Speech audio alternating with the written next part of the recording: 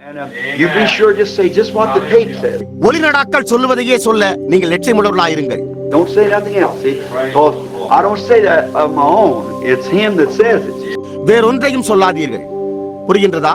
காரணம், இதை நான் என் சுயமாய் சொல்லவில்லை. தேவன் தான் இதை கூறுகிறார்.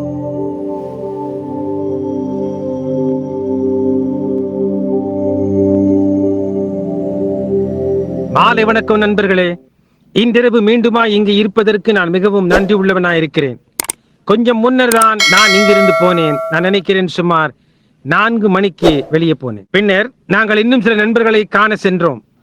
7:05 மணிக்கு திரும்பி வந்தோம். திரும்பி வந்தாக வேண்டியதா இருந்தது. எனவே நான் பேசும் பொருளுக்காக வேண்டி தேடிக்கொண்டிருக்க வேண்டியதா இருந்தது இன்னமும் சகோதரன். ஆனால் இப்பொழுதுதான் உள்ளே வந்த ஒரு விண்ணப்பம் இருக்கிறது. சட்டனூகா டென்னசியில் உள்ள யாரோ ஒருவரிடமிருந்து. அவருக்கு அன்பான ஒருவர் 3 வாரங்களுக்கு முன்னர் ஒரு விபத்தில் சிக்கிக்கொண்டு இன்னமும் சுரணையற்ற நிலையில் படுத்து கிடக்கிறவருக்காக வந்துள்ளது. இங்கே சபையிலிருந்து வந்த ஜெப விண்ணப்பம். ஆம் சகோதரனே, நீங்கள் நிச்சயமாய் செய்யலாம். சகோதரன் நெவில், இங்கே வாரும். ஆமையா, நாம் மெல்கிசேதேக்கை குறித்து அவர் யாராக இருந்தார் என்பதை பற்றி பேசிக் கொண்டிருந்தோம். நாம் அதனூடாக சென்று முடித்தாற் போல் இல்லை. ஆனால் ஒரு கால் அடுத்த முறை உள்ளே வரும்பொழுது நாம் அங்கே இருந்து துவங்குவோம். இன்னமும் எபிரேயரின் புத்தகத்திலேயே இருக்கிறோம். ஆனால் இன்றிரவு நாம் தானியேலின் புத்தகத்துக்கு திரும்புகிறோம். வேதாகமத்தை வைத்திருக்கிற நீங்கள் தானியேல் 12ஆம் அதிகாரத்துக்கு திருப்புங்கள். நாம் அங்கே இருந்து கொஞ்சம் வாசிக்க போகிறோம். தானியேலின் புத்தகத்திலிருந்து சில தேவனுடைய வார்த்தைகளை எடுத்து பேசலாம். இப்பொழுது எருசலேமில் இருந்து பாபிலோனுக்கு கொண்டு போகப்பட்ட தீர்க்கதரிசிகளில் தானியேல் ஒருவன். நேபுகாத் நேச்சார் ராஜாவினால் பாபிலோனுக்கு கொண்டு போனதில் இவன் கொண்டு செல்லப்பட்டான். பாபிலோனுக்குள்ளாக அவன் போகையிலே அவன் ஒரு வாலிப பையனாய் இருந்தான். அந்த மகத்தான பழைய விசுவாசத்தை இன்னுமாய் பற்றி கொண்டிருக்கிறவர்கள் அங்கே அதிக பேர்கள் கிடையாது. எனக்கு தானியேலை பிடிக்கும். ஏனென்றால் அவன் பாபிலோனுக்கு சென்ற போது தான் ஒரு விசுவாசியாகவே இருந்து ராஜாவின் போஜனம் முதலானவைகளை தன்னை கரைப்படுத்திக் கொள்ள கூடாது என்பதை தன் இருதயத்தில் தீர்மானித்திருந்தான். இப்பொழுது தானியேல் இருந்ததான அந்த காரியமே புறஜாதிகளுக்கு ஒரு தீர்க்கதரிசியாய் இருந்தான். எல்லா புறஜாதியாரின் காலமும் எழும்புகிறதையும் இருக்கின்றதையும் தானியேல் கண்டான். புறஜாதி தீர்க்கதரிசி என்று நாம் அழைக்கிறோமே, அதில் தானியேல் முதல் ஒருவனாக இருக்கிறான். அவன் தன்னில் தானே ஒரு புறஜாதியான் அல்ல. ஆனால் அவன் புறஜாதியாரின் யுகத்தை துவக்கம் முதல் முடிவு மட்டுமாய் கண்டவன். பொன்னான தலையிலிருந்து இரும்பும் களிமண்ணுமான பாதமரைக்குமாய் கண்டான். அங்கே அவன் இருந்து கொண்டிருக்கையில் ராஜபோஜனத்தினாலும் ராஜாவின் காரியங்களினாலும் தன்னை தானே கரைப்படுத்திக் கொள்ள கூடாது என்று அவனுடைய இருதயத்தில் அவன் தீர்மானித்திருந்தான். இன்னொரு குழுவான சகோதரர்கள் ஷாத்ராக், மேஷாக், ஆபத்நேகோ என்ற பெயருடையவர்கள் அங்கே அவர்களோடு இருந்தார்கள். அவர்கள் தீர்க்கதரிசிகள் அல்ல, ஆனால் விசுவாசிகளாயிருந்தனர். அவர்களும் கூட அவர்களுடைய இருதயத்தில் அவ்விதமாக தீர்மானித்திருந்தனர். அந்த 4 விசுவாசிகளும் நான் நினைக்கிறேன் ஒன்று கூடி வந்தபோது அவர்கள் அடிக்கடி ஜெப கூட்டங்கள் நடத்தி இருப்பார்கள் என்று நாம் செய்வது போன்று நாம் ஒன்று கூடி வருகிறோம். ஏனென்றால் நமக்குள் பொதுவான காரியங்கள் இருக்கின்றன. உங்களுக்கு தெரியும், இனம் இனத்தை சேரும் என்ற ஒரு பண்டைய கூறுதல் இருக்கிறது என்று. அது ஒரு பழைய பழமொழியாகும். அது ஒரு அருமையான காரியமும் கூட. ஒரே விதமான சிறகுகளை உடைய பறவைகள் ஒன்றாய் கூடி வரும். அதற்காக நீங்கள் சந்தோஷமாக இல்லையா? நிச்சயமாக. ஒரே விதமான சிறகுகளை உடைய பறவைகள் ஒன்றாக கூடுகிறது. அதிக காலத்துக்கு முன்பல்ல, நான் ஒரு கூட்டத்தில் உட்கார்ந்து கொண்டிருந்தேன். அங்கே ஒரு மனிதன் ஏதோ காரியத்தை குறித்து விவாதித்துக் கொண்டிருந்தார். காவலில் சென்ற ஆத்துமாக்களை குறித்து விவாதித்துக் கொண்டிருந்தான். அதாவது இயேசுவானவர் அவருடைய மரணத்திற்கு பின்னர் போய் காவலில் உள்ள ஆவிகளுக்கு பிரசங்கித்தாரே, அதை குறித்து பேசிக்கொண்டிருந்த இந்த மனிதன், நல்லது, அதை குறித்து நீங்கள் என்ன நினைக்கிறீர்கள் என்றார். ஒரு கருத்த மனிதன் எழுந்து நின்றார். அவர், வேதம் அதை தான் கூறுகிறது. அவர் போய் காவலில் உள்ள ஆவிகளுக்கு பிரசங்கித்தார் என்று கூறுகிறது என்றார். அவர், அது என்னவென்று நீர் நினைக்கிறீர் என்றார். அதற்கு அவர், அது என்னவென்றால், அந்த ஆவிகள் பூர்வத்திலே நோவா பேழையை ஆயத்தம் பண்ணும் நாட்களிலே தேவன் நீடிய பொறுமையோடே காத்திருந்த போது கீழ்ப்படியாமற் போனவைகள், சரியாக வேதம் கூறினது போன்றே என்றார். அதற்கு அவர், இல்லை, அது இந்த சபைதான். இந்த ஸ்தாபனங்களிலும் மற்ற காரியங்களிலும் இருக்கின்ற அந்த பெந்தேகோஸ்து ஜனங்களுக்கு பிரசங்கித்து அவர்களை காவலில் இருந்து வெளியே கொண்டு வருவதாகும் என்றார். அதற்கு அவர், இப்பொழுது இங்கே பாருங்கள் சகோதரனே, பெந்தேகோஸ்தே என்று இங்கு குறிப்பிடப்படவே இல்லை. அவர் அதை கூறினார். அவர் போய் காவலில் உள்ள ஆவிகளுக்கு பிரசங்கித்தார் என்றுதான் அவர் கூறினார் என்றார். ஆகையினால் நான் ஆமேன், அது உண்மை என்றேன். அந்த ஊழியக்காரர் திரும்பி என்னை நோக்கி பார்த்து, ஒரே விதமான சிறகுகளுடைய பறவைகள் ஒன்றாக கூடி வரும் என்றார். அதற்கு நான், அது உண்மையா இருக்கிறது. விலையேற பெற்ற அதே விசுவாசத்தை உடைய சகோதரர்கள் வேற வார்த்தை என்ன கூறுகிறதோ அதை சத்தியம் என்று விசுவாசிப்பவர்கள் என்று நான் கூறினேன். தானியேலுக்கு அது போன்ற 3 கூட்டாளிகள் இருந்தனர். அவனோடு அவர்கள் இருந்தனர். உங்களுக்கு தெரியும், நீங்கள் வீட்டை விட்டு வெளியே போயிருக்கும் போது யாரோ உங்களோடு இருக்கிறார்.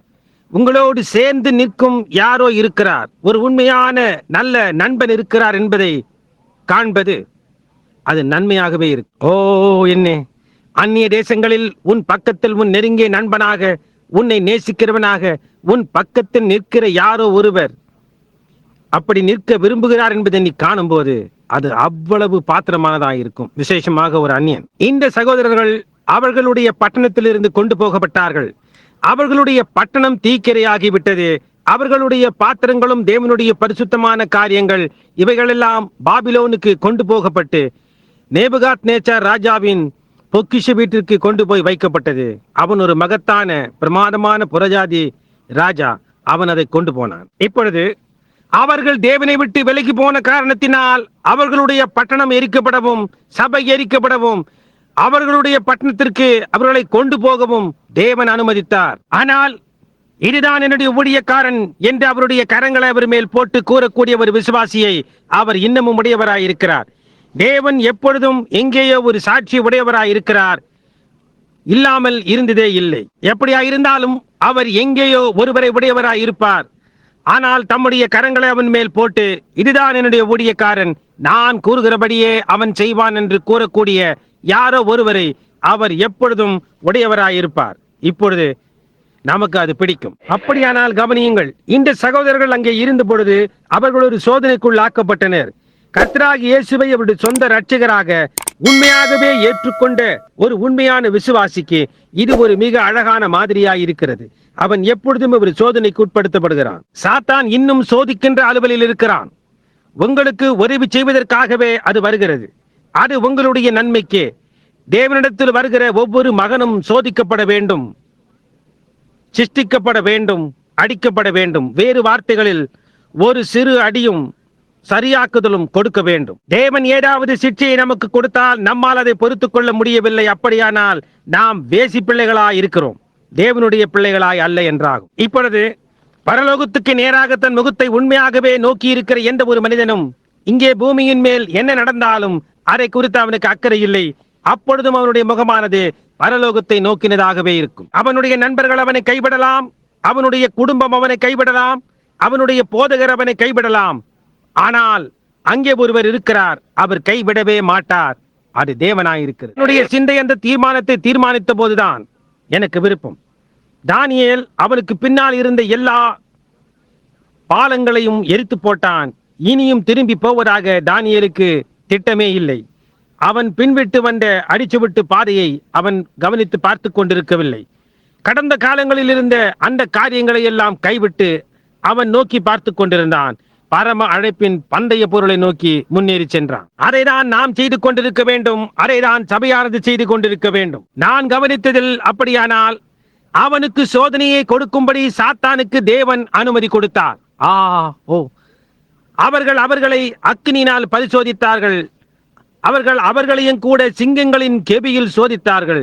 ஒவ்வொரு சமயத்திலும் முற்றிலும் ஜெயங்கொள்ளுகிறவர்களாகவே தேவன் அவர்களை வெளியே கொண்டு வந்தார். நீதிமானுக்கு வரும் சோதனைகள் அநேகமாயிருக்கும், ஆனால் தேவன் அவைகள் எல்லாவற்றிலும் நின்று அவனை விடுவிப்பார். எவ்வளவு அற்புதமாய் இருக்கிறது! நாங்கள் எப்படியா இதை பாராட்டுகிறோம். துன்பங்கள், உபத்திரவங்கள், சோதனைகள் எல்லாம் நன்மைக்கு ஏதுவாய் நடக்கிறது. கொஞ்சம் கழித்து அப்பொழுது தேவன் அதை கண்டு அவருடைய நம்பிக்கையை வைப்பார். அப்பொழுது அவர் உங்களுக்கு மகத்தான காரியங்களை செய்வார். இப்பொழுது தானியேல் அவனுடைய சொந்த ஜனத்திலிருந்தும் அவனுடைய பட்டணத்திலிருந்தும் அவனுடைய சொந்த சபையினிடத்திலிருந்தும் விலகி தூரே இருந்த பொழுது அவன் தேவனிடத்தில் ஒரு கருவியாக ஆனான். என்று அப்பொழுது நாம் கண்டறிந்தோம். ஒரு அந்நிய தேசத்தில் தேவன் அவனை உபயோகப்படுத்தினார். இப்பொழுது உங்களால் கூடுமான எந்த காரியத்திலிருந்தும் நீங்கள் விலகி தூரே இருக்கலாம். நீங்கள் நேசிக்கின்ற யாரையும் விட்டு தூரே இருக்கலாம், அல்லது உங்கள் சபையிலிருந்து தூரே இருக்கலாம். ஆனாலும் நீங்கள் இன்னமும் தேவனுடைய கரங்களில் ஒரு கருவியாக இருக்கலாம். தேவன் உங்களை ஒரு சாட்சியாக உபயோகிக்கலாம், அல்லது அவர் விரும்புகின்ற எந்த காரியத்திற்காகவாவது உங்களை உபயோகிக்கலாம். அழகான உதாரணங்கள். வேதமானது அப்படிப்பட்டதான காரியங்களால் நிறைந்திருக்கிறது. எந்த பக்கம் திருப்பினாலும் அதை காணலாம். வேதத்தை வாசிக்க நீங்கள் விரும்புகிறது இல்லையா? ஓ, நான் அதை வாசிப்பேன், சில சமயங்களில் அழுவேன். இங்கே சில நாட்களுக்கு முன்னர் நான் அறைக்குள்ளாக அங்கே வாசித்துக் கொண்டிருந்தேன். அங்கே நான் அப்படியே உட்கார்ந்து கொண்டு குழந்தைய போல் அழுதேன். நான் எழுந்து என்னுடைய நாற்காலியை சுற்றி நடந்து என்னுடைய கரத்தை நாற்காலியின் மேல் வைத்து மீண்டுமாய் என்னுடைய வேதாகமத்தை நோக்கி பார்த்தேன். மீண்டுமாய் அழுதேன். மீண்டுமாய் நாற்காலியை சுற்றி நடந்து மீண்டுமாய் அதை நோக்கி பார்த்தேன். ஓ தேவனே, தங்களுடைய நம்பிக்கை அதற்குள்ளாக வைக்கவும் அதை விசுவாசிக்கவும் கூடிய ஒவ்வொரு மனிதனுக்கும் அல்லது ஸ்திரீக்கும் அங்கே அதற்குள்ளாக நித்திய ஜீவன் இருக்கிறது என்று நான் விசுவாசிக்கிறேன். நித்திய ஜீவன். அவர் சொன்னார், வேத வார்த்தைகளை ஆராய்ந்து பாருங்கள், அவைகளால் உங்களுக்கு நித்திய ஜீவன் உண்டென்று எண்ணுகிறீர்களே, என்னை குறித்து சாட்சி கொடுக்கிறவைகளும் அவைகளே என்று. வேத வார்த்தைகளை ஆராய்ந்து பாருங்கள். தேவனுடைய வார்த்தை நம்முடைய பாதங்களுக்கு ஒரு தீபமாய் இருக்கிறது. அப்படியானால் நாம் வழிநடத்தப்பட வேண்டியவர்களாய் இருக்கிறோம். ஜெயத்திலிருந்து ஜெயத்திற்கு நம்மை நடத்தும் பாதையை பின்தொடரும் வெளிச்சமாய் அது இருக்கிறது. இப்பொழுது உங்களுக்கு ஒரு ஜெயம் கிடைப்பதற்கு முன்னர் அங்கே ஒரு யுத்தம் இருந்தாக வேண்டும். அங்கே யுத்தங்களே இல்லை என்றால் அங்கே வெற்றிகளே கிடையாது. எனவே யுத்தங்களுக்காகவும் சோதனைகளுக்காகவும் நாம் நன்றியுள்ளவர்களாய் இருந்தாக வேண்டும். அது நாம் வெற்றிகளை பெற தேவன் நமக்கு கொடுக்கின்ற தருணங்களாய் இருக்கிறது. ஓ என்னே, அது உங்களை சற்று மேலாக ஆக்கவில்லையா? புரிகின்றதா? யுத்தம் தொடர்ந்து வரும். உங்களை குறித்து ஏதாவது மோசமான காரியத்தை யாரோ கூறுகிறார்கள். சுகவீனம் உங்கள் மேல் வருகிறது. அவர் தாமே உங்களை சுகப்படுத்தவும் அவருடைய தயையை முன்பால் காட்டவும், அதனால் அவருடைய நோக்கம் என்ன என்பதை நீங்கள் காணச் செய்யும்படியாய் ஒரு கால் அந்த சிறிய தொல்லைகளை தேவன் உங்களுக்கு கொடுத்திருக்கலாம். அவர் உங்களை நேசிக்கிறார். பரிசுத்த நாடுகளில் அங்கே எருசலேமில் கூறப்படும் அந்த ஆட்டுக்குட்டியை சுமந்து கொண்டு போன அந்த பழைய மேய்ப்பனின் கதை. நீ எதற்காக அதை சுமந்து கொண்டு போகிறாய் என்று கேட்டான். அவன் அதற்கு ஒரு கால் உடைந்து போய்விட்டது என்றான். அது எப்படி உடைந்தது? குன்றிலிருந்து விழுந்ததா என்றான். இல்லை, நான் அதன் காலை ஒடித்தேன் என்றான். அதற்கு அவன், அந்த ஆட்டின் காலை உடைப்பதற்கு நீ ஒரு கொடூரமான மேய்ப்பனாய் இருக்க வேண்டும் என்றான். அவனோ, நான் அதை நேசிக்கிறேன், அது விலகி ஓடிக்கொண்டே இருக்கிறது, அது என்னையே கவனிக்கும்படி செய்ய என்னால் முடியாமற் போயிற்று, ஆகையினால் நான் அதன் காலை உடைத்தேன், அதனால் என்னால் அதற்கு விசேஷ அதிகப்படியான கவனத்தை கொடுக்க முடியும், ஆக அதனால் அது என்னை நேசித்து என்னை பின்பற்றும் என்றான். சில சமயங்களில் தேவன் நமக்கு ஒரு நிறுத்துதலை சற்று சிறியதாய் ஆரோக்கியத்தில் உண்டாகும்படி அனுமதிக்கிறார். அதன் மூலமாக சிறிது அதிகமான கவனத்தை நம்மேல் செலுத்த, அவருடைய மடியின் மேல் நம்மை உட்கார வைத்துக் கொள்ள, அவருடைய மார்பில் நம்மை இழுத்துக் கொள்ள அவர் செய்கிறார். ஒன்றும் செய்ய முடியாது என்று வைத்தியர்கள் கூறும் பொழுது, அப்பொழுது அவர் அவருடைய மார்பில் நம்மை எடுத்துக்கொண்டு, பாருங்கள், நான் உன்னை நேசிக்கிறேன், நான் நீ சுகமடையும்படி விடப்போகிறேன் என்கிறார். புரிகின்றதா? ஓ, அது வாழ்க்கையை சிறிது மேலாக ஆக்கவில்லையா? ஓ, அவர் அவ்வளவு மகத்தானவர். அவர் ஒரு அற்புதமான மேய்ப்பனாய் இருக்கிறார், இல்லையா? கர்த்தரன் மேய்ப்பராய் இருக்கிறார், நான் தாழ்ச்சி அடையேன் என்று தாவீது கூறினதில் வியப்பொன்றும் இல்லை. அவர் எப்படியாய் நம்மை அமர்ந்த தண்ணீர்களண்டை நடத்தி நம்முடைய ஆத்துமாவை தேற்றுகிறார். நம்முடைய பாத்திரம் நிரம்பி வழிகிறது. சத்துருக்களுக்கு முன்பாக நம்மை அபிஷேகம் பண்ணுகிறார். உங்களுடைய சத்துருவுக்கு முன்பாக நீங்கள் எப்பொழுதாவது அபிஷேகம் பண்ணப்பட்டிருக்கிறீர்களா? உங்களுடைய பாத்திரம் கொதித்து வடியும் வரைக்கும் வெறுமென சாட்சி பகர உங்களுக்கு தெரியும். உங்களுடைய சத்துருக்களுக்கு முன்பாக அபிஷேகம் பண்ணப்படுவது என்பது அவ்வளவு அற்புதமாயிருக்கு. இப்பொழுது கவனியுங்கள். பின்னர் தேவன் நேபுகாத் நேச்சார் ராஜாவை எடுத்து அவருடைய கரத்தில் ஒரு கருவியாய் அவனை ஆக்கினார். நேபுகாத் நேச்சாரின் தலைமயிர் கழுகுகளின் செட்டைகளை போன்று இருந்தது. அவனுடைய விரல்களின் நகங்கள் பட்சிகளின் நகங்களை போன்றும் இருந்தது. இன்னும் முதலானவைகள். இவைகளுக்கு பின்பு அவன் மரித்து புல் வளர்ந்து வெளியே வந்தது. உண்மையான ராஜா யார் என்பதை அவன் அறியும்படியாய் தேவன் இதை செய்ய வேண்டியதாய் இருந்தது. அவனுடைய மரணத்திற்கு பின்னர் அவனுடைய பேரன் பெல்ஷாத்சார் அவனுடைய பட்டத்திற்கு வந்தான். அதன் பின்னர் அவன் நேபுகாத் நேச்சாரை காட்டிலும் பொல்லாதவனாயிருந்தான். ஒரு நாள் அங்கே அவர்களுக்கு ஒரு மகத்தான விருந்து உண்டாயிருந்தது. அவர்களுடைய சட்டமன்ற அதிகாரிகளையும் மற்றெல்லா அதிகாரிகளையும் உள்ளே ஒரு மகத்தான கேளிக்கைக்காக அழைத்தார்கள். அவர்களுக்கு உண்டாயிருந்த அந்த கேளிக்கையிலே அவர்கள் போய் தேவனுடைய பாத்திரங்களை வெளியே கொண்டு வரச் செய்து அவைகளை எடுத்து தேவனை கேலி செய்வதற்காக அதில் திராட்சரசத்தை ஊற்றி அவர்களுடைய தேவனுக்கு வாழ்த்து கூறி அருந்தினார்கள். இப்பொழுது ஒரு மனிதன் இவ்வளவு தூரம் பிரயாணம் செய்ய அனுமதிக்கப்பட்டிருக்கிறான். ஆனால் அங்கே ஜீவனுக்கும் மரணத்துக்கும் இடையே ஒரு பிரிவினை கோடு இருக்கிறது. நீங்கள் அதை ஒருபோதும் கடந்து போக கூடாது. புரிகின்றதா? நீங்கள் உங்கள் புத்தியினத்தோடு கொஞ்சம் காலம் செல்லலாம். ஆனால் அந்த கோடு எங்கே இருக்கிறது என்பதை நீங்கள் அறிந்திருப்பது மேலாக இருக்கும். எந்த காரியத்திலாவது கர்த்தர் உங்களை எப்பொழுதாவது எச்சரித்திருக்கிறாரா? அவர் நம்ம எல்லாரையும் எச்சரிக்கிறார். அவர் இப்பொழுது அது போதுமானதா இருக்கிறது என்று அந்த எச்சரிப்பு லகானை இழுக்கிறார். அப்படியானால் நீங்கள் அந்த கோட்டை நோக்கி தாண்டுகிறதா இருந்தால் அப்பொழுதிலிருந்து நீங்கள் என்ன செய்து கொண்டிருக்கிறீர்கள் என்பதை கவனிப்பது மேலாக இருக்கும். அந்த இரவு தேவன் அந்த எச்சரிப்பு லகானை அவன் மேல் இழுத்த போது அவன் அதற்கு செவி கொடுக்கவில்லை.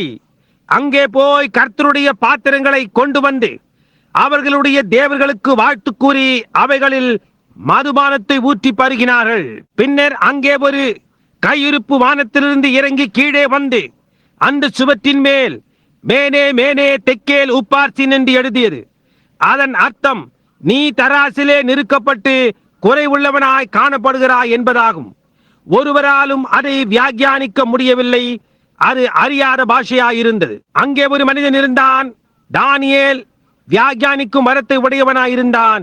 எனவே அவன் இறங்கி வந்து வியாக்கியானித்து என்ன சம்பவிக்கும் என்று ராஜாவிடம் கூறினான். அங்கே தேவன் அந்த தேசத்தை பாபிலோனை அழித்தார். தானியேல் அங்கே இருக்கின்ற வேளையிலே அவன் மகத்தான தரிசனங்களை கண்டு புறஜாதி ராஜ்யத்தின் முடிவை ஒழுங்கில் ஏற்படுத்தியும் அறிந்தும் இருக்கிறதான இன்றைக்கு நமக்கு உண்டாயிருக்கிற இந்த மகத்தான ஆறுதலுக்காக அவைகளை குறித்து எழுதி வைத்திருக்கிறான். எவ்வளவு பரிபூர்ணம் என்று கவனியுங்கள். இப்பொழுது அதை நெருக்கமாய் கொண்டு வாருங்கள். அவன் ராஜாவின் சொப்பனத்தை வியாக்கியானித்த போது அவன் முதலாவதாக அந்த சிலை வெளிவயலில் நின்று கொண்டிருக்கிறதை கண்டான். அவன் ஒரு ஆவிக்குரிய மனிதனாயிருந்தான். அவன் சொப்பனங்கள் கண்டான், தரிசனங்கள் கண்டான், சொப்பனங்களை வியாக்கியானித்தான். தேவன் அவனோடு இருந்தார்.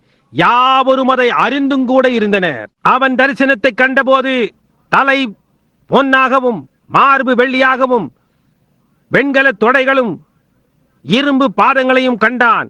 ஒவ்வொரு ராஜ்யமும் சிறிது கடினமாக இருக்கிறதை கவனியுங்கள். நேபுகாத் ராஜாவின் ராஜ்யம் பொன்னான தலையாய் இருந்தது. அவன் அதை வியாக்கியானித்து அந்த ராஜ்யங்கள் எப்படி முடிவு மட்டுமாய் ஒன்றை ஒன்று மேற்கொண்டு வரும் என்று கூறினான். பின்னர் கவனியுங்கள், மிகவும் மிருதுவான பொன்னிலிருந்து அடுத்தது வெள்ளியாயிருந்தது. அதற்கு அடுத்தது வெண்கலமாக இருந்தது. அதற்கு அடுத்தது இரும்பாக இருந்தது. கடினமாய் குளுமையாய் விலகி போயிற்று. பின்னர் கவனியுங்கள், இவை எல்லாவற்றின் மத்திலும் கைகளினால் பெயர்க்கப்படாததும் மலையிலிருந்து வெட்டப்பட்டதுமான கல் வரும் வரைக்குமாய் அந்த சிலையை தானியேல் பார்த்து கொண்டிருந்தான். அது உருண்டு வந்து அந்த சிலையின் மேல் மோதி அதை நொறுக்கி கோடை காலத்தில் கோதுமை போரடிக்கிற களத்திலிருந்து பறந்து போகிற பதரை போல் ஆகிற்று. காற்றானது அவைகளை அடித்து கொண்டு போயிற்று. அந்த கல்லோவென்றால் வளர்ந்து ஒரு பெரிய பர்வதமாகி பூமி எல்லாவற்றையும் கடலையும் நிரப்பிற்று. அது கர்த்தராகிய இயேசு கிறிஸ்துவின் வருகையாயிருக்கிறது. அது இப்பொழுது சமீபமாக இருக்கிறது. அவன் தொடர்ந்து கூறுகிறான், ஒரு நாள் அவன் ஆற்றங்கரையில் இருந்த பொழுது அவன் ஒரு ஞான திருஷ்டி அடைந்து ஒரு தரிசனத்தை கண்டான். அவனோடு அநேகர் இருந்தனர். அவர்கள் அந்த தரிசனத்தை காணவில்லை. ஏனென்றால் அது தானியேலுக்கு மட்டும்தான் கொடுக்கப்பட்டது. உங்களுக்கு அது புரிகின்றதா? யாராவது உன் பக்கத்தில் நின்று கொண்டு உன்னுடைய ஜீவனை ரட்சிக்கும்படியாக உன்னால் காண முடியாத காரியங்களை பார்த்து கொண்டிருப்பார்கள். அது உண்மை. நான் அதை விசுவாசிப்பதில்லை. ஒரு காரியத்தையும் ஒருபோதும் கண்டதே இல்லை என்று யாரோ கூறினார்கள். ஏனென்றால் நீங்கள் காணும்படியாக அது உங்களுக்காக இல்லை. பவுலோடு சென்ற ஜனங்கள் பவுல் குதிரையின் மேலிருந்து தாக்கப்பட்ட போது அவன் கீழே தரையில் புழுதியில் விட வேண்டியதாக இருந்தது. சேற்றினில் விழுந்தது போன்று புழுதியில் விழுந்தான். அவர்களில் ஒருவனும் அந்த சத்தத்தை கேட்கவும் இல்லை அல்லது அந்த தரிசனத்தை காணவும் இல்லை. ஆனால் பவுலோ அதை கண்டான். அந்த நட்சத்திரமானது ஒவ்வொரு விண்வெளி ஆராய்ச்சி கூடத்தையும் கடந்து சென்ற போது அந்த ஞானிகளை தவிர வேறொருவராலும் அதை காண முடியவில்லை. அந்த விடமாய் அநேக காரியங்களை சில குறிப்பிட்ட ஜனங்கள் காணும்படியாக வைத்திருக்கிறார். மற்றவர்களால் அதை காண முடியாது. நான் அதை நேசிக்கிறேன். தேவன் அவருடைய எல்லையற்ற ஞானத்தில் சில குறிப்பிட்ட காரியங்கள் சம்பவிக்கும்படியாக முன்குறித்திருக்கிறார் அல்லது முன் நியமித்திருக்கிறார். உனக்கு பக்கத்தில் உட்கார்ந்திருக்கிற நபருக்கு அது சம்பவிக்கலாம். நீயோ அதை குறித்து ஒன்றுமே அறியாதிருப்பாய். தோத்தானில் பாருங்கள். எலியா தோத்தானில் இருந்த பொழுது அந்நியர்களான சீரியரின் சேனையானது அவர்களை அப்படியே வளைத்துக் கொண்டது. தீர்க்கதரிசியாகிய எலியாவை அவர்கள் தேடிக்கொண்டிருந்தனர். ஏனென்றால் யுத்தம் செய்யும்படியாக சீரியர்கள் ஒவ்வொரு முறை இஸ்ரவேலின் மேல் வரும்பொழுதும் இஸ்ரவேலர்கள் அவர்களுக்கு பதிவிருக்கிறார்கள் என்பதை அவர்கள் கண்டறிந்தார்கள். எனவே சீரியாவின் ராஜா அவர்களை அழைத்து, இப்பொழுது ஒரு நிமிடம் பொறுங்கள். நம் சார்பாக யார் இருக்கிறார்கள்? இஸ்ரவேலரின் சார்பாக யார் இருக்கிறார்கள்? என்னுடைய கூட்டத்தில் இருக்கிற யாரோ வேவுகாரனா இருந்து இஸ்ரவேலிடத்தில் போய் நாம் எங்கே வருகிறோம் என்று கூறுகிறார்கள். ஏனென்றால் அவர்கள் எப்பொழுதும் நமக்காக காத்துக் கொண்டிருக்கிறார்கள் என்று கூறினான். யாரோ ஒரு மனிதனுக்கு அவனை குறித்து ஒரு சிறிய ஆவிக்கேதுவானதை உடையவனாய் இருந்தான். அவன், அப்படி இல்லை என் தகப்பனே, அது தீர்க்கதரிசியாகிய எலியாதான். உம்முடைய அடுத்த அசைவாய் நீர் என்ன செய்ய போகிறீர் என்பதை அவனுடைய படுக்கை அறையில் அவன் அறிந்து கொள்ளுகிறான் என்று கூறினான். ஆமென். அணுசக்தி வல்லமைகள் குலுக்க துவங்கின போது நான் மிகவும் சந்தோஷமாய் இருக்கிறேன். ஏனென்றால் எங்கே போக வேண்டும் என்று தேவனுடைய வார்த்தை நமக்கு கூறியிருக்கிறது. கிறிஸ்து இயேசுவாகிய கன்மலைக்கு ஓடி போங்கள். அதற்குள்ளாக இருக்கும் ஒவ்வொருவரும் பாதுகாவலாயும் பத்திரமாயும் இருக்கிறார்கள். ஒன்றும் உங்களை சேதப்படுத்தாது. எந்த அணுகுண்டும் எந்த கோபால்ட் குண்டும் வேறு எந்த காரியமும் தேவனாலே பாதுகாக்கப்பட்டதை ஒன்றினாலும் தொட முடியாது. பாதுகாவலாய் பத்திரமாய் நங்கூரும் பாய்ச்சப்பட்டதாய் இருக்கிறது. கிறிஸ்து இயேசுவுக்குள்ளாக என்ன ஒரு அற்புதமான நம்பிக்கையை நாம் உடையவர்களாய் இருக்கிறோம். கவனியுங்கள். அவனோடு அங்கே ஒரு மனிதன் இருந்தான். அவனுடைய வேலைக்காரன், ஆவிக்குரிய பையன். அவனோடு நடந்து தீர்க்கதரிசியின் கரங்களின் மேல் தண்ணீரை ஊற்றிக் கொண்டிருந்தவன் ஒரு மகத்தான ஸ்தானத்தை உடையவனாயிருந்தான். ஆனால் சீரியரின் சேனையானது தோத்தானை வளைத்துக் கொண்டதை அவன் கண்டபோது, என் தகப்பனே, அங்கே பாரும், என்ன ஒரு மகத்தான கூட்டம்! ஏன் நாம் எல்லாம் சூழ்ந்து கொள்ளப்பட்டிருக்கிறோம் என்று கூறினான். இப்பொழுது அது இயற்கையானதா இருக்கிறது. அப்பொழுது எல்லா காரியங்களும் தவறாக போய்கொண்டிருந்தது. அவர்களுடைய விரலை உங்களுக்கு நேராக நீட்டி இதையும் அதையும் கூறிக்கொண்டு நீங்கள் சுகமாக முடியாது முதலானவற்றை வைத்தியர் கூறுகிறார் என்கிறார்கள். என்னே, இதுதான் முடிவு என்று நீங்கள் நினைக்கிறதற்கு அது வெறுமனே இயற்கையான காரியமாயிருக்கிறது.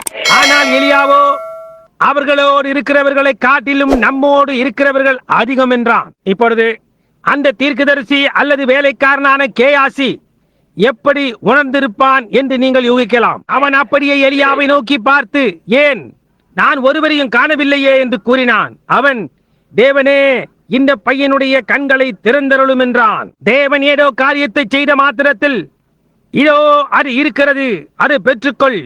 அப்பொழுது தேவன் அவனுடைய ஆவிக்குரிய கண்களை திறந்தார். அங்கு சுற்றி எல்லாமும் தீர்க்கதரிசியானவரே, அக்கினிமயமான தூதர்களும் அக்கினிமயமான ரதங்களும் இருந்தன என்றான். ஏன்? அவன் கண்ட அக்கினிமயமான ரதங்கள் அந்த சீரிய ராணுவத்தை காட்டிலும் ஆயிரக்கணக்கில் அதிகமாயிருந்தது. மலைகள் அக்கினிமயமாயிருந்தது.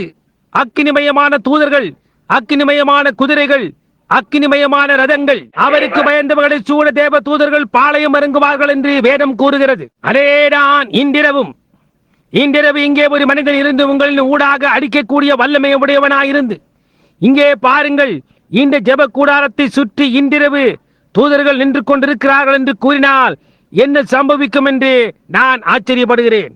உங்களுடைய எஞ்சியுள்ள ஜீவிய காலமெல்லாம் இங்கே நீங்கள் ஒரு அங்கத்தினா இருப்பீர்கள். நிச்சயமாக. ஆமையா. உங்களுடைய இயற்கையான கண்களால் சில சமயங்களில் உங்களால் அதை காண முடியாது. ஆனால் உங்களால் அதன் உணர்ச்சி வேகத்தை அதற்கு நெருக்கமாக ஸ்பரிசிக்க முடியும். ஏதோ காரியம் அருகில் இருக்கிறது என்று ஒரு ஆறாவது புலன் காட்டுகிறது. இன்று காலையில் செவிடான காதுகளை திறந்து கொண்டும் போலியோ ஊனமுற்றவர்களை நடக்கும்படி செய்வதும் அவர்களிடத்தில் எந்த குறையும் இல்லாதது போன்று செய்கிற அவரை கவனியுங்கள். அது என்னவாக இருக்கிறது? அது அவர்களுடைய உள்புலனாக இருக்கிறது. நான் என்ன சொல்லுகிறேன் என்றால், அது 6வது புலன், உணர்ந்து இருப்பது. ஆவி, அதாவது ஏதோ காரியம் அருகில் இருக்கிறது. தேவனில் விசுவாசம் உள்ளவர்களாயிருங்கள். இப்பொழுது அவர்கள் காணவில்லை. முதலாவதாக அவன் அதை காணவில்லை. ஆனால் எலியா ஒரு கால் அதை காணாதிருக்கலாம். ஆனால் அந்த பையனுடைய கண்கள் அதை காணும்படி செய்ய வேண்டும் என்று அவன் கேட்டுக்கொண்டான். ஆனால் அவர்கள் அங்கே இருந்தார்கள் என்ற உணர்வுள்ளவனாய் எலிசா இருந்தான். ஆமென். தோமா ஒரு சமயம் அவருடைய விழாவில் நான் என் விரலை போட்டு பார்க்கட்டும் என்றான். இயேசு சொன்னார், இப்பொழுது நீங்கள் கண்டு விசுவாசிக்கிறீர்கள். அதை ஒருபோதும் காணாமலே இருந்தும் விசுவாசிக்கிறவர்களுடைய பலன் எவ்வளவு அதிகமாயிருக்கும் என்று. அது இன்றிரவு இங்கேயுள்ள நமக்கு, காணாமலேயே விசுவாசிக்கிற எவருக்கும். கவனியுங்கள். பின்னர் எலியா இந்த சூழ்நிலை இருந்ததான அந்த இடத்திற்கு நேராக நடந்து போய் அவர்களிடத்தில் கூறினான். முதலாவது அவன் அங்கே சென்று அவர்களை குருடாக்கினான் என்று வேதம் கூறுகிறது. குருடு நேராக அவர்களிடத்திற்கு போனான். ஒவ்வொருவரும் எனக்கு தெரிந்த மட்டில் பரிபூர்ண கண் பார்வை உடையவர்களாய் இருந்தனர். ஆனால் வேதமோ அவர்கள் குருடாய் இருந்தார்கள் என்று கூறுகிறது. ஒரு சிறிய நபர் ஒரு சில இரவுகளுக்கு முன்னர் என்னிடத்தில் வந்து, நீர் ஒரு தேவனுடைய மனிதன் என்றால் என்னை குருடாக்கும் என்றார். நான் சொன்னேன், நீர் ஏற்கனவே குருடாயிருக்கிறீர் என்றேன். புரிகின்றதா? பார்த்தீர்களா? ஏற்கனவே குருடு. கவனியுங்கள். இந்த மகத்தான சூழ்நிலை இருந்ததான, இந்த மகத்தான காரியம் இருந்ததான அந்த இடத்திற்கு நேராக நடந்து சென்றான். அவர்களிடத்தில், நீங்கள் எலியாவையா தேடுகிறீர்கள் என்றான். ஆமையா என்றனர். அவன், வாருங்கள், என்னை பின்தொடர்ந்து நான் நேராக அவன் இருக்கும் இடத்திற்கு கொண்டு செல்லுகிறேன் என்றான். அவர்கள் எதை குறித்து குருடாய் இருந்தார்கள்? அதுதான் தேவனுடைய தீர்க்கதரிசி என்ற உண்மைக்கு குருடாய் இருந்தார்கள். அவர்கள் அதற்கு குருடாய் இருந்தார்கள். அவன் நேராக அவர்களை மீண்டுமாக பதிவிடுதலுக்கு மத்தியில் கொண்டு சென்றான். அவன், வாருங்கள், நான் உங்களுக்கு எலியாவை காட்டுகிறேன் என்றான். அவர்களை அங்கே கொண்டு சென்றவன் எலியாவேதான். அவர்கள் சுற்றுமுற்றும் பார்த்த பொழுது அவர்கள் சுற்றிலுமாய் வளைத்துக் கொள்ளப்பட்டிருக்கிறதை கண்டார்கள். ராஜா, என் தகப்பனே, நான் அவர்களை கொன்று போட வேண்டுமா என்றான். அதற்கு அவன், ஒருவனை கைதியாக எடுக்கும் பொழுது அவனை கொன்று போடுவாயா? அவர்களுக்கு புசிக்க ஏதாகிலும் கொடுத்து அவர்களுடைய தேசத்துக்கு அவர்களை திருப்பி அனுப்புங்கள் என்றான். அந்த விதமாகத்தான் யுத்தங்களை தீர்ப்பார்கள். அது சரிதான் இல்லையா? நிச்சயமாக. ஓ என்னே, நான் மட்டும் அந்த அடிப்படை கொள்கையை, உங்களுடைய எதிரியை போஷிப்பதை கடைபிடித்திருந்தால் நல்லது. உனக்கு தீமை செய்கிறவர்களுக்கு நன்மை செய்யுங்கள். ஆமென். அங்கே இப்பொழுது குருட்டாட்டம். இப்பொழுது எலியா அல்லது நான் என்ன சொல்லுகிறேன் என்றால், ஆனால் தானியேலோ முன்னதாகவே கண்டான். அவன் ஒரு தீர்க்கதரிசியா இருந்தான். கர்த்தருடைய வருகை அவன் கண்டான். முடிவு நேரம் வருகிறதை அவன் கண்டான். புறஜாதியார் துவங்குவதை அவன் கண்டான். நீங்கள் கவனித்து பார்ப்பீர்களானால், புறஜாதியார் ஒரு விக்கிரக ஆராதனையோடு துவங்கினர். அங்கே திறந்த வெளியிலே வைக்கப்பட்டிருந்த ஒரு மகத்தான சிலையை, ஒரு மனிதனுடைய சிலையை அவர்கள் ஆராதித்துக் கொண்டிருந்தனர். நான் நினைக்கிறேன் அது தானியேலுடையதுதான். ஏனென்றால் நேபுகாத் நேச்சார் ராஜாவானவர் தானியேலை பெல்தெஷார் என்று அவனை அழைத்தான். அதுதான் அவனுடைய தேவன். அவன் ஒரு நீதியுள்ள பரிசுத்தமான மனிதனின் உருவத்தை ஆராதிக்க துவங்கினான். தானியேல் அதை செய்ய மறுத்தான். அதையேதான் அந்த எபிரேய பிள்ளைகளும் ஷாத்ராக், மேஷாக், ஆபத்நேகோ என்பவர்களும் செய்தனர். அந்த விதமாகத்தான் அது உள்ளே கொடுக்கப்பட்டது. அது கண்டனம் பண்ணப்பட்டது. அந்த பொன்னான தலையான உருவ வழிபாட்டை அதற்கு அது கட்டாயப்படுத்தப்பட்டு, ஒரு இயற்கைக்கு மேம்பட்ட கரமானது ஒரு இயற்கைக்கு மேம்பட்ட ஒரு பாஷையில் எழுதினது. அதை ஒரு இயற்கைக்கு மேம்பட்ட புரிந்து கொள்ளுதலால் மட்டுமே அதை புரிந்து கொள்ள முடியும். அந்த விதமாகவே அது அப்படியே முடிவிற்கு வரும். புறஜாதி ராஜ்யம் அந்த விதமாகத்தான் உள்ளே வந்தது. அதே விதமாகவே அது வெளியேறும். அது உண்மை. இயற்கைக்கு மேம்பட்ட கிரியைகளினாலும் இயற்கைக்கு மேம்பட்ட வியாக்கியானத்தினாலுமே வெளியேறும். நான் எதை குறித்து பேசுகிறேன் என்று உங்களுக்கு தெரியும். இயற்கைக்கு மேம்பட்டதான கிரியைகளினாலே ஓ எவ்வளவு அற்புதமாய் இருக்கிறது. நீங்கள் இன்றிரவு சந்தோஷமாய் இல்லையா? உங்களுக்கு இயற்கைக்கு மேம்பட்டதில் விசுவாசம் இல்லையா? ஆம். இப்பொழுது இந்த தரிசனங்களுக்கு பிறகு இந்த தேசங்கள் எங்கே நின்று கொண்டிருக்கும் என்பதை அவனுக்கு அவர் காட்டினார். இன்னும் எத்தனை வருடங்கள் யூதர்களுக்கு எந்த விதமாய் கொடுக்கப்பட்டு இருக்கிறது என்பதை அவனுக்கு காட்டினார். அவர் சொன்னார், மேசியா வருவார். அவர் 70வது வாரத்தில் தீர்க்க தரிசனம் உரைப்பார். அது 3.5 வருடங்களாகும். அதன் மத்தியில் அவர் சங்கரிக்கப்படுவார். அது 7 வருஷங்களாகும். உன்னுடைய ஜனத்தின் மேல் 70 வாரங்கள் குறிக்கப்பட்டிருக்கிறது. யூதர்களுக்கு 7 வருஷங்களின் தீர்க்க தரிசனம் என்று அவர் சொன்னார். மேசியாவாகிய பிரபு வந்து தீர்க்க தரிசனம் உரைப்பார். 7 வாரங்களின் 7 நாட்களின் மத்தியில் அது சங்கரிக்கப்படும். அருவருப்பை உண்டு பண்ணுகிற பாழாக்குதல் அதன் ஸ்தானத்தில் நிற்கும். அவர்கள் எருசலேமின் மதில்களை மிதிப்பார்கள். புறஜாதியார் ஒரு காலமும் காலங்களும் அரை காலமும் அப்படியே செய்வார்கள் என்று. இப்பொழுது மேசியா வரும்பொழுது இயேசு அவர் சரியாக 3.5 வருடங்கள் பிரசங்கித்து ஒரு பலிக்காக அவர் சங்கரிக்கப்பட்டார். அன்றாட காணிக்கையானது நீக்கி போடப்பட்டது. பாழாக்குகிறவன், பாழாக்குதலை உண்டு பண்ணுகிற அருவருப்பு, அந்த முகமதிய ஓமார் இன்றைக்கு அந்த பரிசுத்த தேவாலயத்தின் இடத்திலே நின்று கொண்டிருக்கிறது. சரியாக தேவாலயம் இருந்த அதே இடத்தில் ஓமாரின் முகமதிய தொழுகை ஸ்தானம் நிற்கிறது. அவர் சொன்னார், அதாவது புறஜாதியாரின் காலம் முடிந்து தீரும் மட்டும் அவர்கள் எருசலேமின் மதில்களை, எருசலேமை மிதிப்பார்கள் என்று. ஆனால் புறஜாதியாரின் முடிவில் அங்கே யூதர்களுக்கு இன்னும் 3.5 வருடங்கள் இருக்கும். இப்பொழுது தீர்க்க தரிசன வரலாற்றின் மிக முக்கிய காரியங்களில் ஒன்றை கவனியுங்கள். வேதாகமத்தின் தீர்க்க தரிசனத்தை நான் அறிந்திருக்கிறேன் என்று உரிமை கோரவில்லை. ஆனால் இதுவோ தினசரி செய்தித்தாளை வாசிப்பது போன்று அவ்வளவு தெளிவாக இருக்கின்றது. நாம் இங்கே என்ன வாசிக்கிறோமோ அது சத்தியம் என்று அறிந்திருக்கிறோம். கவனியுங்கள். 2000, ஆம் 2500 வருஷங்களுக்கு முன்னர் வானத்தின் கீழ் இருக்கின்ற அத்தனை தேசங்களுக்கும் யூதர்கள் சிதறடிக்கப்பட்டார்கள். அவர்களை திருப்பி கொண்டு வர தேவன் பார்வோனின் இருதயத்தை கடினப்படுத்தினது போல அவர் ஹிட்லரின் இருதயம், முசோலினின் இருதயம், இன்னும் மற்றவர்கள் உடையதையும் அவர்கள் திரும்பி பலஸ்தீனாவுக்கு போகும் வரைக்குமாய் தேவன் கடினப்படுத்தினார். திரும்பி வந்து அவர்களுக்கு மீண்டும் ஒரு தேசத்தை அவர்கள் உண்டு பண்ணி கொண்டார்கள். 1947 ஆண்டு மே மாதம் 6ஆம் தேதி அன்று யூத கொடியானது இஸ்ரவேலின் மேல் 2500 வருடங்களுக்கு பின்னர் முதல் முறையாக ஏற்றப்பட்டது. உலகத்தில் மிகவும் பழமையான கொடியானது 2500 வருடங்களுக்கு பின்னர் முதல் முறையாக ஏற்றப்பட்டது. கடைசி நாட்களில் எருசலேமின் மேல் அவர் ஒரு கொடியை ஏற்றுவேன் என்று கூறினார். காலம் சமீபமாக இருக்கிறது என்பதை காட்டும்படியாக. கவனியுங்கள், அதிக காலத்துக்கு முன்பல்ல, அண்டை எடுக்கப்பட்ட ஒரு புகைப்பட தீர்க்க தரிசன தொடர்காட்சியை நான் பார்த்தேன். ஆயிரமாய் அவர்கள் யூதர்களை ஆகாய விமானத்தில் கொண்டு வந்து கொண்டிருந்தனர். நீங்கள் அதை பத்திரிகை முதலானவற்றில் பார்த்திருப்பீர்கள். லுக் லைஃப் பத்திரிகைகளில் அதை பிரசுரித்தன. ஆயிரக்கணக்கான யூதர்கள் திரும்பி வந்து கொண்டிருந்தனர். அவர்கள் வருகிறவர்களை பார்த்து, நீங்கள் எதற்காக திரும்பி வருகிறீர்கள் என்று கேட்டனர். வயதான முடமான ஜனங்களை அவர்களுடைய முதுகின் மேல் வாலிபமானவர்கள் சுமந்து கொண்டு வந்தனர். நீங்கள் தாய் நாட்டுக்கு மதிப்பதற்காக வருகிறீர்களா என்று கேட்டனர். அதற்கு அவர்கள், இல்லை, மேசியாவை காண்பதற்காக நாங்கள் வருகிறோம் என்றார்கள்.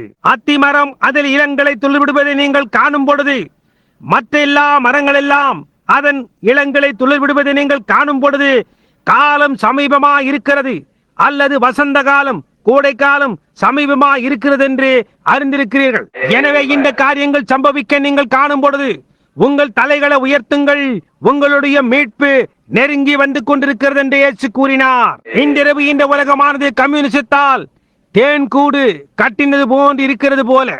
கொஞ்ச நேரத்துக்கு முன்னர் நான் ஒரு மனிதனிடத்தில் பேசிக் கொண்டிருந்தேன். நான் அறிந்துள்ளபடியாய் சிறந்த அதிகாரிகளில் ஒருவர் என்று நான் நம்புகிறேன். இந்த தேசம், கம்யூனிசம் இவைகளை குறித்த காரியங்களை அவர்கள் பேசின போது உங்களுடைய கால் முட்டிகள் நடுக்கம் காணும். உண்மை எப்படியாய் அது தேன்கூடு போன்று கட்டி இருக்கிறது என்பது. இனிமேல் சிரமாய் எதுவுமே கிடையாது.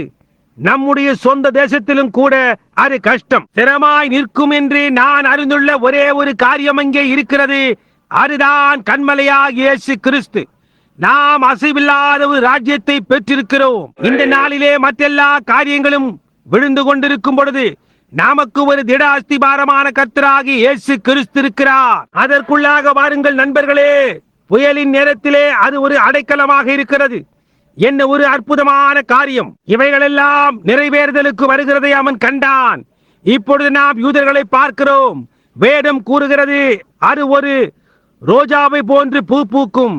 எப்படியாய் அவர்கள் அந்த தேசத்தை நீர் பாய்ச்சலாக்கினார்கள். அந்த நாளிலே அதற்கு வடக்கிலிருந்து தண்ணீர் வரும் என்று தீர்க்கதரிசி பேசி கூறியிருக்கிறான். அப்பொழுது அங்கே தண்ணீரே கிடையாது. அப்பொழுது அங்கே ஊற்று ஏதும் கிடையாது. ஆனால் கடந்த சில வருஷங்களில் அங்கே ஒரு பீச்சு கொண்டு அடிக்கும் தண்ணீர் வெளிவந்து அந்த பள்ளத்தாக்கிற்கு நீர் பாய்ச்சுகிறது. அவர்களுடைய நீர் பாய்ச்சல் உலகத்திலேயே அதனுடைய அளவிற்கு மகத்தான விவசாய ஸ்தலங்களில் ஒன்றாக இருக்கிறது. இந்த மகத்தான எல்லா ரசாயன பொருட்களும் அங்கேயே சவக்கடலுக்குள்ளாக இருக்கிறது. அங்கே அதன் அடியில் போதுமான ரசாயன பொருட்கள் இருக்கிறது. உலகத்தின் எல்லா செல்வத்தாலும் அதை வாங்க முடியாது. ரசாயன பொருட்கள், யுரேனியம், மற்றெல்லா காரியங்களும் சரியாக சவக்கடலின் அடியில் இருக்கிறது. அது இப்பொழுது இஸ்ரவேலுக்கு சொந்தமானதா இருக்கிறது. அத்திமரமான துளிர்விட்டு இளங்களை தோன்றுகிறது. அது மட்டுமல்ல, மற்ற மரங்களும் கூட துளிர்விட்டு இளங்களை தோன்றுகிறது. கம்யூனிஸ்டுகள் துளிர்விட்டு இளங்களை தோன்றுகிறது. அண்டி கருத்து துளிர்விட்டு இளங்களை தோன்றுகிறது. தேவசபை துளிர்விட்டு இளங்களை தோன்றுகிறது. அவள் மீண்டுமாய் தன்னுடைய வல்லமையில் துளிர்த்து வருகிறாள். அதன் ஒரு பகுதியை பச்சை புழுக்கள் தின்று போட்டன. அதன் ஒரு பகுதியை பச்சை கிளிகள் தின்று போட்டன. அதன் ஒரு பகுதியை கொக்கி புழுக்கள் தின்று போட்டன. அதில் ஒரு பகுதியை முச்சுக்கொட்டை பூச்சிகள் தின்று போட்டன. ஆனால் அது மீண்டுமாய் ஜீவிக்கும் என்று தேவன் கூறுகிறார். அவள் இப்பொழுது துளிர்விட்டு அதிலே இளங்களை தோன்றுகிறது. மரங்கள் துளிர்விட்டு அதிலே இளங்களை தோன்றுகிறது. தானியேல் முன்கூட்டியே அதை கண்டு களி கூர்ந்தான். இப்பொழுது இந்த நேரத்தில் அவர் சொன்னார், அக்காலத்திலே 12ஆம் அதிகாரம், உன் ஜனத்தின் புத்திரருக்காக நிற்கிற பெரிய அதிபதியாகிய மிகாவேல் அக்காலத்திலே எழும்புவான். யாதொரு ஜாதியாரம் தோன்றினது முதல் அக்காலம் மட்டும் உண்டாயிராத ஆபத்து காலம் வரும். அக்காலத்திலே புஸ்தகத்தில் எழுதியிருக்கிறவர்களாக காணப்படுகிற உன் ஜனங்கள் அனைவரும் விடுவிக்கப்படுவார்கள்.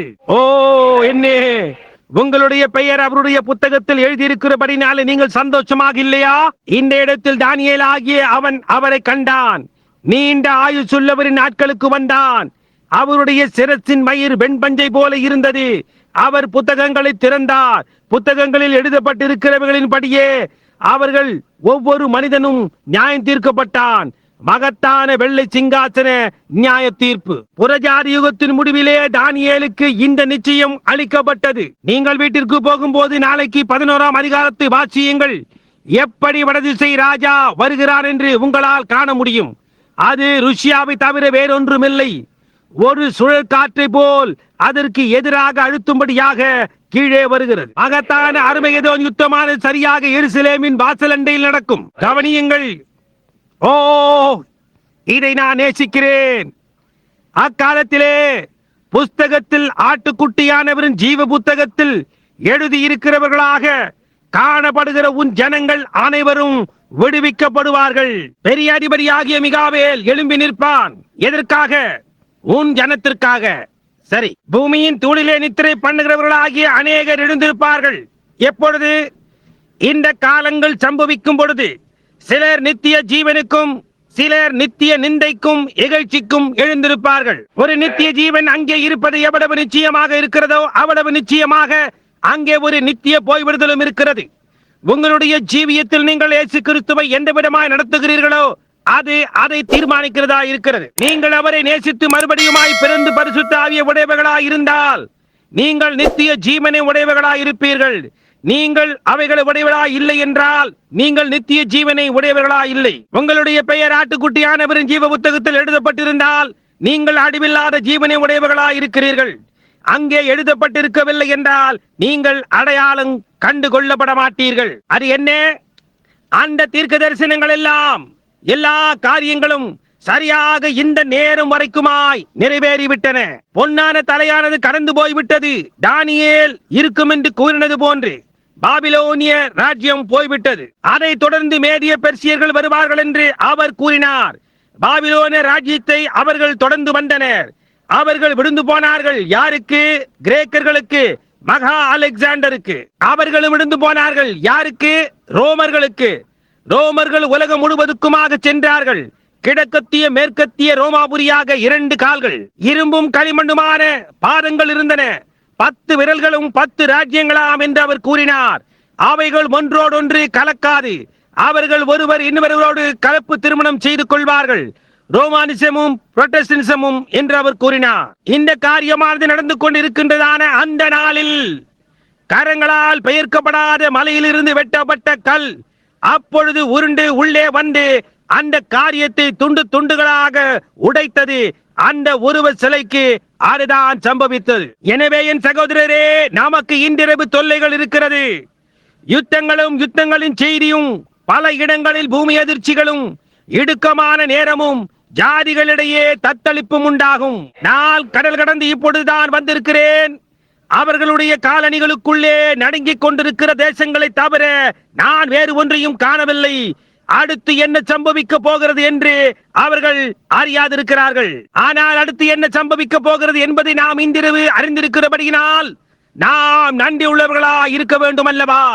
கர்த்தராகிய இயேசு கிறிஸ்து மகிமையும் கனமும் பொருந்தினவராய் 2ஆம் முறை வருவார். ஆட்டுக்குட்டியானவரின் ஜீவ புத்தகத்தில் பெயர் எழுதப்பட்டவர்களாய் காணப்படுகின்ற ஒவ்வொரு ஆணும் பெண்ணும் அவர்களுடைய அருமையானவருடன் நாடு ஆகாயத்தில் ஆண்டவரை சந்திக்கும்படியாய் எழும்பி வருவார்கள். ஓ, என்ன ஒரு அதிசயமான காரியம்! அந்த காரணத்தினால் தான் நாம் இயேசு கிறிஸ்துவின் நீதியோடு இரத்தமும் தவிர அதற்கு குறைவானதின் மேல் நம்முடைய நம்பிக்கை கட்டப்படவில்லை. என்னுடைய ஆத்துமாவை சுற்றிலும் வழிவிட்டாலும் அவரே நம்முடைய நம்பிக்கையும் தாவரவுமாயிருக்கிறார். பெரிய அதிபதியாக மிகாவேல் அக்காலத்தில் எழும்பி நிற்பார். நிச்சயமாக மிகாயேல் கிறிஸ்துவாயிருந்தார். பரலோகத்தில் தூதர்களின் யுத்தத்தில் சாத்தானோடு யுத்தம் பண்ணினவர் அவரே. சாத்தானும் மிகாயேலும் ஒருவர் இன்னொருவருக்கு எதிராய் யுத்தம் செய்தார்கள். இப்பொழுது அக்காலத்திலே புத்தகத்தில் எழுதியிருக்கிறவர்களாக காணப்படுகிற அனைவரும் விடுவிக்கப்படுவார்கள். நீதியை நடப்பித்தவர்கள். இதை கவனியுங்கள். ஞானவான்கள் ஆகாய மண்டலத்தின் ஒளியை போலவும், அநேகரை நீதிக்கு உட்படுத்துகிறவர்கள் நட்சத்திரங்களைப் போலவும் என்றென்றைக்கும் உள்ள சதா காலங்களிலும் பிரகாசிப்பார்கள். சில சமயங்களில் நான் அதை நோக்கி பார்த்து நான் இப்படி நினைப்பதுண்டு. சகோதரர்களே, காலையில் நான் வெளியே போவேன். விடியற் காலையில் எழும்புவதை நான் விரும்புவேன். விடியற் காலையில் எழுந்திருப்பது உங்களுக்கு பிரியமில்லையா? எனக்கு நினைவிருக்கிறது, நானும் சகோதரர்களுமாய் மலையின் மேல் இருந்தபோது விடியற் காலை சுமார் 4 மணிக்கு நாங்கள் எழும்புவோம். அங்கே பின்னாக நோக்கி பார்த்தால் விடிவெள்ளி நட்சத்திரம் தொங்கிக் கொண்டிருக்கும். நாள் விடிவதற்கு முன்னதாக அங்கே உண்மையான இருட்டாகிவிடும். இருள் இப்பொழுது ஒன்று கூடுகிறதை நாம் காண்கிறோம். அது என்ன? அது வெளிச்சம் அதற்கு எதிராக அழுத்துகிறதா இருக்கிறது. ஒன்று போய்விட வேண்டும். இரவெல்லாம் ஊடாக ஓடிக்கொண்டிருக்கின்ற ஊர்ந்து செல்லும் எல்லா காரியங்களும் சூரியன் எழும்பி வந்து அது பிரகாசிக்க துவங்கியதும் அவைகள் அடைக்கலத்திற்கு போய்விடும். இரவும் வெளிச்சமும் ஒரே கட்டடத்தில் ஜீவிக்க முடியாது. அது ஒன்று இருட்டாக இருக்கும் அல்லது அது வெளிச்சமாய் இருக்கும். இருளை காட்டிலும் வெளிச்சம் அவ்வளவு அதிகமான வல்லமையுடையதாய் இருக்கிறது. அதே விதமாக கிறிஸ்துவும் உலகத்தின் எதிரிகளை பார்க்கிலும் அவ்வளவு வல்லமை பொருந்தினவராய் இருக்கிறார். இப்பொழுது வெளிச்சம் வர துவங்கினால் அது இருளை இருகச் செய்யும் என்று நாம் விஞ்ஞானிகளால் போதிக்கப்பட்டிருக்கிறோம். இருளானது வெளிச்சத்தோடு போராடும்படி அதனுடைய எல்லா கூட்டாளிகளும் ஒன்று திரட்டுகிறது. ஆனால் வெளிச்சமானது மேற்கொண்டு வெளியே வருகின்றது. கடைசி நாட்களில் கர்ஜிக்கிற சிங்கம் போல சுற்றி கொண்டிருப்பான் என்று வேதம் கூறுகின்றது. அவனுடைய எல்லா எதிராளிகளையும், அவனுடைய எல்லா நண்பர்களையும், நம்முடைய எதிராளிகளையும் ஒன்றாக திரட்டி அவர்களை ஒன்றாக கூட்டி சேர்க்கிறான். ஒரு பெரிய தலைமையின் கீழ், மிருகத்தின் முத்திரையின் கீழ், குருமார்கள் ஆதிக்கத்தின் கீழ், சபைகளின் ஆலோசனை சங்கத்தின் கீழ் குவித்துக் கொண்டிருக்கிறான். எல்லாமும் இணைகின்றது. அவர்களை ஒரு மகத்தான அமைப்பாய் கத்தோலிசத்தை போன்று ஆக்கிக் கொண்டிருக்கிறது. உலக சாம்ராஜ்யங்கள் அவர்களுக்குள்ளாக ஒன்று கூடி இணைகின்றனர். அங்கே அவர்களுக்கு மேல் ஒரு பெரிய தலைமையை கம்யூனிசம் என்று அழைக்கப்படுகின்ற அரசியல் ஆதிக்கத்துக்குள் உருவாக்கி கொண்டிருக்கின்றனர். தேவனுடைய வெளிச்சமான தொடர்ந்து அடித்துக் கொண்டிருக்கின்றது. அதை செய்வதற்கு அதே நேரத்தில் என்ன சம்பவித்துக் கொண்டிருக்கிறது? கிறிஸ்தவ சபை ஜீவிக்கின்ற தேவனுடைய சபையானது அபிஷேகம் பண்ணப்படுகின்றது. வல்லமை அவளுக்கு வந்து கொண்டிருக்கிறது.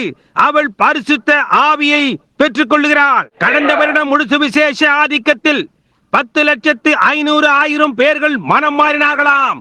வருஷா வருஷங்களாக மகத்தாக தேசத்தை வாரிக்கொண்டதாக இருக்கிறது. நாங்கள் இதற்கு மேல் கூட்டில் இல்லை. நாங்கள் ஒரு நிழலான அல்லேலூயா உலாவும் பாதையில் இருக்கிறோம். நாங்கள் இனி கொட்டகைக்குள்ளாக இருக்க போவதில்லை. முழு சுவிசேஷ ஊழியங்களில் 10,500,000 பேர்கள் மனம் மாறினார்கள். கத்தோலிசம் மற்றவைகளை எல்லாம் மிஞ்சிவிட்டார்கள். ஓ என்ன, அது என்ன வெளிச்சம் ஒன்று சேர்ந்து வருகிறது. மகத்தான சுகமளிக்கும் ஆராதனைகள் உலகத்தையே வாரி கொண்டு வந்தது. அல்லேலூயா. அங்கே உள்ளாக பார்மோசாவில் சுகமளிக்கும் ஆராதனை கூட்டங்கள் நடந்து கொண்டிருக்கின்றன. அங்கே கீழாக ஜப்பானில் சுகமளிக்கும் ஆராதனை கூட்டங்கள் நடந்து கொண்டிருக்கின்றன. உறைந்து போகும் இடமான வடதுருவத்தில் சுகமளிக்கும் ஆராதனைகள் நடந்து கொண்டிருக்கின்றன. உலகத்தை சுற்றிலுமாய் சுகமளிக்கும் ஆராதனைகள் நடந்து கொண்டிருக்கின்றன. அல்லேலூயா. எல்லா இடங்களிலும் ஜனங்கள் பரிசுத்தாவின் அபிஷேகத்தை பெற்றுக் கொள்கிறார்கள். நாம் கடைசி நேரத்தில் இருக்கிறோம். அது என்ன செய்கிறது? அப்பொழுது பிசாசு இப்பொழுதுதான் என்னுடைய நேரமாய் இருக்கிறது என்கிறான். அவனுடைய படையை அவன் ஒன்று திரட்டிக் கொண்டிருக்கிறான். சபைகளின் ஆலோசி சங்கமானது அவர்கள் வெறும் ஓசையிடும் பெட்டிகளே தவிர வேறு ஒன்றுமில்லை. அவர்களுக்கு அங்கே ஒன்றுமில்லை. அது எல்லாம் மதவெறியா இருக்கிறது. இயற்கைக்கு மேம்பட்டதில் கிரியை செய்தல் என்பது போன்ற ஒரு காரியமே கிடையாது என்று சொல்லிக் கொண்டிருக்கிறது. அதே நேரத்தில் அமெரிக்க மருத்துவ விஞ்ஞானத்தின் சங்கமானது ஒரு சிறு தாளை வெளியிட்டிருக்கிறது. வியாதியஸ்தர்களின் அறைக்குள் வந்து சர்வ வல்லமையுள்ள தேவனில் விசுவாசம் இல்லாமல் அவனுடைய உதவியாளனாய் அவரை ஏற்றுக்கொள்ள முடியாத ஜனங்களுக்கு சேவை செய்வதற்கு எந்த ஒரு மனிதனுக்கும் எந்த உரிமையும் கிடையாது என்று கூறுகிறது. கிறிஸ்தவ ஹெரால்ட் கடந்த மாதம் வைத்தியர்களை பேட்டி கண்டு ஒரு சிற்றுரையை வெளியிட்டனர். நான் அதை குறித்து பெருமையாய் பேசுகிறேன் என்றால் அதை என்னால் எழுத முடியவில்லை. எல்லா காரியங்களின் மத்தியில் அவருடைய மகிமைக்காக அவருடைய சத்துருக்கள் சாட்சி கொடுக்கும்படியாக தேவன் செய்வார். ஆமையா, எங்களால் உதவி கருவிகளை வைக்கத்தான் முடியும், ஆனால் தேவனே சுகமளிப்பவராக இருக்கிறார் என்று வைத்தியர் கூறுகிறார். இந்த புத்தி இல்லாத கூட்டம் எல்லா நேரங்களிலும் அறிந்திருக்கிறவைகளை இந்த மகத்தான மனிதர்கள் இப்பொழுதுதான் கண்டுபிடிக்கிறார்கள் என்று நான் கூறினேன். அது உண்மை. இந்த மகிமையான நாட்களில் ஒன்றில் வேசிகளை நல்ல ஸ்திரீகளாகவும் குடிக்காரர்களை நல்லவர்களாகவும் கிறிஸ்தவர்களாகவும் மாற்றுகின்ற இந்த வல்லமை குழுதான் எடுத்துக் கொள்ளப்படுதலில் மகிமைக்கு அவர்களை இந்த பூமியிலிருந்து தூக்கிக் கொண்டு போகும் வல்லமையும் அதேதான் என்று நீங்கள் கண்டறிவீர்கள். அது ஒரு கால் அதிக காலம் கடந்ததாக இருக்கலாம். அநேகருக்கு அது ஒரு கால் அதிக காலம் கடந்ததாக இருக்கலாம். அந்த நாளிலே மிகாயேல் ஜனங்களுக்காக எழும்பி நிற்பார். அவர் ஒன்றும் ஜாதிகளுக்காக எழும்பி நிற்கவில்லை. அவர் ஜனங்களுக்காக எழும்பி நிற்கிறார். பூமியின் தொழிலை நித்திரை பண்ணுகிறவர்களாகிய அநேகரில் சிலர் நித்திய ஜீவனுக்கும் சிலர் நித்திய நிந்தைக்கும் இகழ்ச்சிக்கும் விழித்து எழுந்திருப்பார்கள். ஞானவான்களோ ஆகாய மண்டலத்தின் ஒளியை போலவும் அநேகரை நீதிக்கு உட்படுத்துகிறவர்கள் நட்சத்திரங்களைப் போலவும் என்றென்றைக்கும் உள்ள சதா காலங்களிலும் பிரகாசிப்பார்கள். அல்லேலூயா. ஒரு கூடாரமோ அல்லது வீடோ நான் ஏன் கவலைப்பட வேண்டும்? எனக்காக அங்கே ஒரு மாளிகை அவர்கள் கட்டுகிறார்கள். என்றாவது ஒரு நாள் என்னை பார்க்க வருவார்கள். அது என்ன? நான் நடந்து வெளியே போய் அந்த மகத்தான விடிவெளி நட்சத்திரத்தை அவள் காலையிலே மிதக்க துவங்கின போது பார்த்தேன்.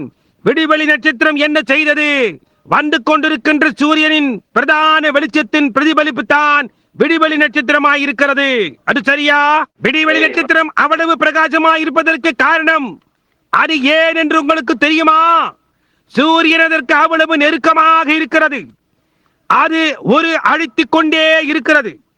விடிவெளி நட்சத்திரமானது சூரியனின் வருகையை ஆரவாரிக்கின்றது. சரி, விடிவெளி நட்சத்திரங்களே, உங்களை தான் அவருடைய வருகையை ஆரவாரிக்க போக வேண்டிய நேரம் இதுவாயிருக்கிறது. விடிவெளி நட்சத்திரங்களே, பிரகாசியுங்கள், காலையில் எழும்புங்கள், குமாரன் சீக்கிரத்தில் இங்கே இருப்பார் என்று அது கூறுகிறது. அந்த விடிவெளி நட்சத்திரத்தை அது ஆகாயத்தில் ஜுவாலித்துக் கொண்டிருக்கையில் நாம் நோக்கி பார்க்கும் போது சீக்கிரத்தில் சூரியன் பிரகாசிக்க போகிறது என்று அர்த்தம். தேவனுடைய விடிவெளி நட்சத்திரங்கள் இயேசு கிறிஸ்துவின் உயிர்த்தெழுதலின் மகிமையை எழும்பி பிரகாசித்துக் கொண்டிருக்கின்றதை நாம் காணும் பொழுது பிரதானமான ஒன்று அழித்துக் கொண்டிருக்கிறது என்பதை காட்டுகிறது. வெளிச்சங்கள் ஒன்று கூடுகின்றன, ஆனால் விடிவெளி நட்சத்திரமோ நில்லுங்கள், பொழுது விடுவதற்கு இன்னும் அதிக நேரமில்லை என்று சத்தமிடுகிறது. நில்லுங்கள், பொழுது விடுவதற்கு இன்னும் அதிக நேரமில்லை, தொடர்ந்து அப்படியே இருங்கள். சகோதரி மெர்ஃபியும் அவர்களும் வழக்கமாக பாடுவது போன்று அப்படியே பற்றிக் கொண்டிருங்கள், பொழுது விடுகின்றது. பற்றிக் கொண்டிருங்கள், விடிவெளி நட்சத்திரங்கள் இப்பொழுது உலகத்துக்கு பிரகாசித்துக் கொண்டிருக்கிறது, உலகத்தை வெளிச்சமாக்குகிறது. மகத்தான இருளுக்கு முன்னர் வானத்தில் இருந்து வந்த மகத்தான இடியும் மின்னலும் கர்த்தருடைய வருகை மட்டுமாய் பற்றிக் கொண்டிருங்கள். இப்பொழுது கூர்ந்து கவனியுங்கள். நான் விடிவெளி நட்சத்திரத்தை நோக்கி பார்த்து, ஓ விடிவெளி நட்சத்திரமே என்று நான் நினைத்தேன். நான் கீழாக நோக்கி பார்த்தேன். ஒரு நாள் அங்கே சகோதரன் வுட்டும் நானும் நின்று கொண்டிருந்தோம். அவர் அப்பொழுதுதான் நெருப்பை மூட்டி நாங்கள் காலை ஆகாரத்துக்கு போய்க் கொண்டிருந்தோம். நான் அப்படியே திரும்பி விடிவெளி நட்சத்திரத்தை நோக்கி பார்த்தேன். அங்கேயுள்ள அந்த கேதுரு மரங்களுக்குள்ளாக நடந்து போய்க் கொண்டிருந்தோம். பைன் மரங்களின் ஊடாக காற்று குசு குசு என்று சத்தமிட்டுக் கொண்டிருந்தது. நான் அங்கேயே நின்றேன். அந்த நல்ல புத்தம் புதிய காலை காற்றை சுவாசித்துக் கொண்டு நன்றான உணர்வு எனக்கு இருந்தது. ஒரு விதமாக உறைந்து விடும் போல் இருந்தது. நிறைய உறைந்திருந்தது. அங்கே கீழே ஓடைக்கு போய் ஒரு வாளி தண்ணீர் கொண்டு வந்தால் நீங்கள் எழும்புவதற்கு முன்னர் உறைந்துவிடும். அந்த பைன்களில் இந்த கரங்களை உயர்த்தி கொண்டு அங்கே உயர நின்று கொண்டிருந்தேன். ஓ, இங்கே பாருங்கள், 45 வயது எனக்கு என்ன செய்தது என்று நான் நினைத்தேன். ஓ, இங்கே பாருங்கள், எனக்கு சுருக்கம் விடுகின்றது, என்னுடைய கரங்கள் சுருக்கம் விடுகின்றது, முடி கொட்டிக் கொண்டிருக்கின்றது, பற்கள் போகின்றது. ஓ, 45 வருடங்கள் எனக்கு செய்தது என்று நான் கூறினேன். ஆனால் அக்கறை நோக்கி அந்த விடிவெளி நட்சத்திரத்தை பாருங்கள்.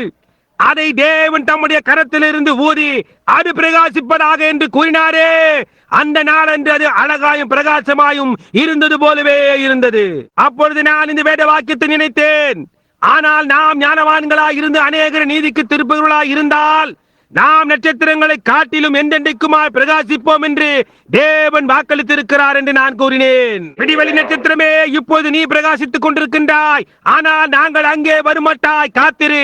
அல்லேலூயா, நட்சத்திரங்களை காட்டிலும் சதா காலங்களிலும் பிரகாசிப்போம் என்று நான் நினைத்தேன். அந்த பைன் மரங்களின் ஊடாக குசு குசுத்துக் கொண்டு பொழுது விடுகையில் காற்று கீழ் நோக்கி வருகின்றதை என்னால் இந்த விதமாய் கேட்க முடிகின்றது.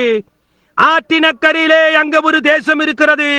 அதை நாம் சதா காலங்களிலும் இனிமை என்று அழைக்கிறோம். விசுவாசத்தை கொண்டு மட்டும்தான் நாம் அந்த கரையை சேர்கிறோம். ஒருவர் பின் ஒருவராய் அந்த முன் தாழ்வாரத்தை அடைகிறோம். அழிவில்லாதவர்களோடு அங்கே வாசமாய் இருக்க அப்பொழுது பொன்னாலான மணிகளை உனக்காகவும் எனக்காகவும் ஒலிக்க செய்கின்றது. என்ன ஒரு மகத்தான காரியம்! ஞானவான்களாய் இருப்பவர்கள் அநேகரை நீதிக்கு உட்படுத்துகிறவர்களாய் இருப்பார்கள். அவர்கள் நட்சத்திரங்களை காட்டிலும் சதா காலங்களிலும் பிரகாசிப்பார்கள். ஆகையினால் எப்படியாயிருந்தாலும் அது என்ன வித்தியாசத்தை உண்டு பண்ணும்? இந்த சிறிய காலம் நமக்கு என்ன?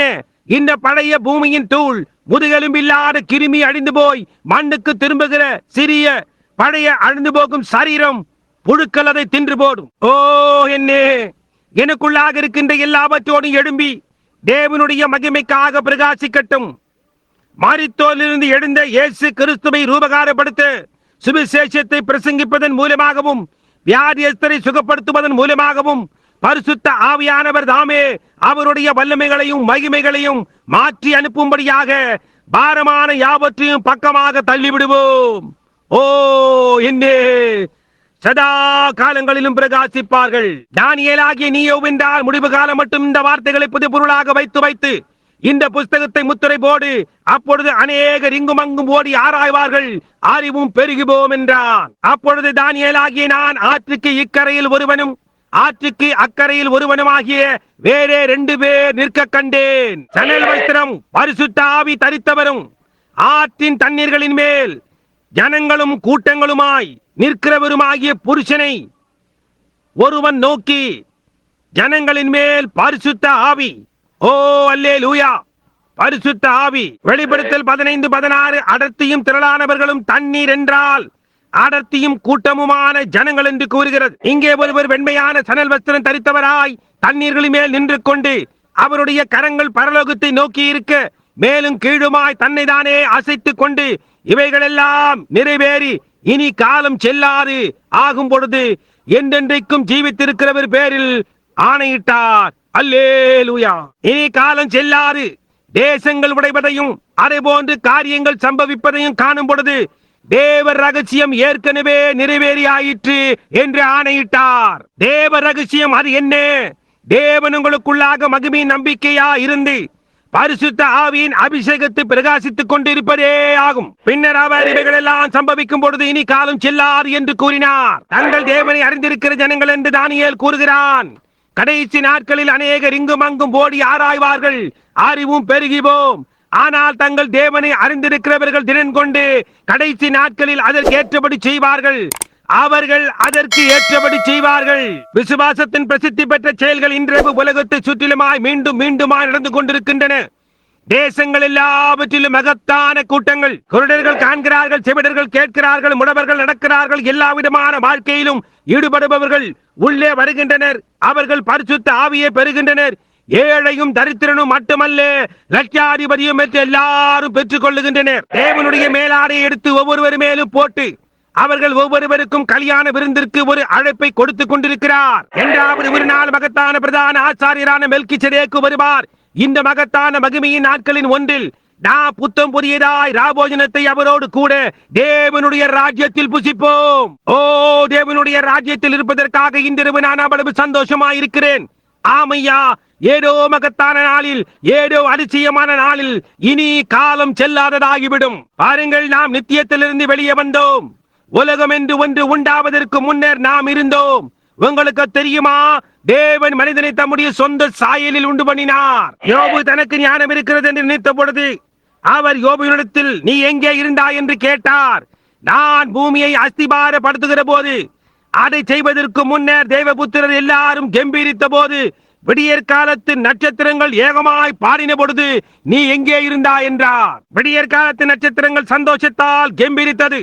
என்றோ ஒரு நாள் பூமியில் தாபரிப்போம் என்பதை அவைகள் கண்டபொழுது பிரகாசிக்கின்ற அவைகள் சந்தோஷத்தால் கம்பீரித்தன. மெல்கிசேதேக்கு ராஜா தேவனுடைய நீதியில் வந்து நம்மை மீண்டுமாய் தேவனிடத்திற்கு மீட்டுக் கொள்ளும்படியாக அவருடைய ஜீவனை கொடுப்பார். இப்போது சதா காலங்களிலும் பிரகாசித்துக் கொண்டிருக்கின்ற நட்சத்திரங்களாயிருப்போம். நான் பூமியை அஸ்திபாரப்படுத்துகிற போது நீ எங்கே இருந்தாய்? அதன் ஆதாரங்கள் எதன் மேல் போடப்பட்டது? அவைகள் எதன் மேல் நிற்கிறது என்று கூறு. இப்பொழுது உன்னை இடை கட்டிக்கொள். நான் உன்னிடத்தில் ஒரு புருஷனை போல பேச போகிறேன் என்றார்.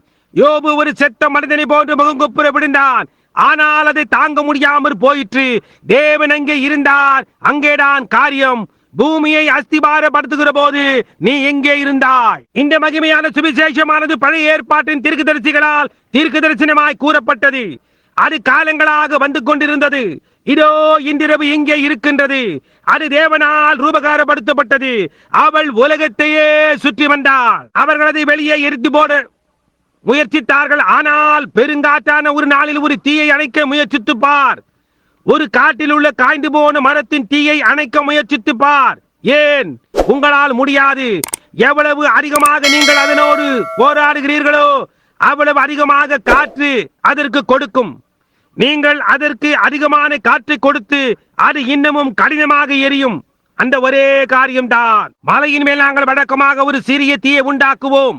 நான் விடியற் காலையில் ஒரு தீயை உண்டாக்க நான் வழக்கமாக முயற்சிக்கும் போது வெளியே போய் அதன் மேல் சில குச்சிகளை போடுவேன். அவைகள் புகைய துவங்கும். அங்கே கொஞ்சம் புகை இருக்கின்ற வரைக்கும் அங்கு எங்கேயோ தீ இருக்கிறது என்பதை நான் அறிவேன். நான் செய்ய வேண்டிய ஒரே காரியம் என்னவென்றால் என்னுடைய தொப்பியை எடுத்து அதை விசிறி கொண்டிருக்க வேண்டும். முடிவிலே அது தீப்பிடித்துக் கொள்ளும். இன்றைக்கு சபைக்கு தேவையாய் இருப்பதெல்லாம் அதுதான். கர்த்தராகிய இயேசு கிறிஸ்து அவருடைய மகிமையில் வரும்பொழுது அவரை ஏற்றுக்கொள்ள விசுவாசத்தை திருப்பி விசிற செய்ய பெந்தேகோஸ்தே நாளன்று பலத்த காற்று வந்தது போன்ற இன்னொரு காற்றின் விசிறுதலே தேவையாயிருக்கிறது. அடையாளங்கள், அற்புதங்கள் சம்பவித்துக் கொண்டிருக்கின்ற வினோதமான காரியங்களை நோக்கி பாருங்கள். பூமி அதிர்ச்சிகளும் பல இடங்களில் உண்டாகும். கடல் அலைகள் அத்துமீறி வந்து கரையை கடந்து செல்லும். இயேசுவானவர் கூறினது போன்றே சம்பவிக்கும். புருஷர்களுடைய இருதயங்கள் பயத்தால் தவறி போகும். பயம்.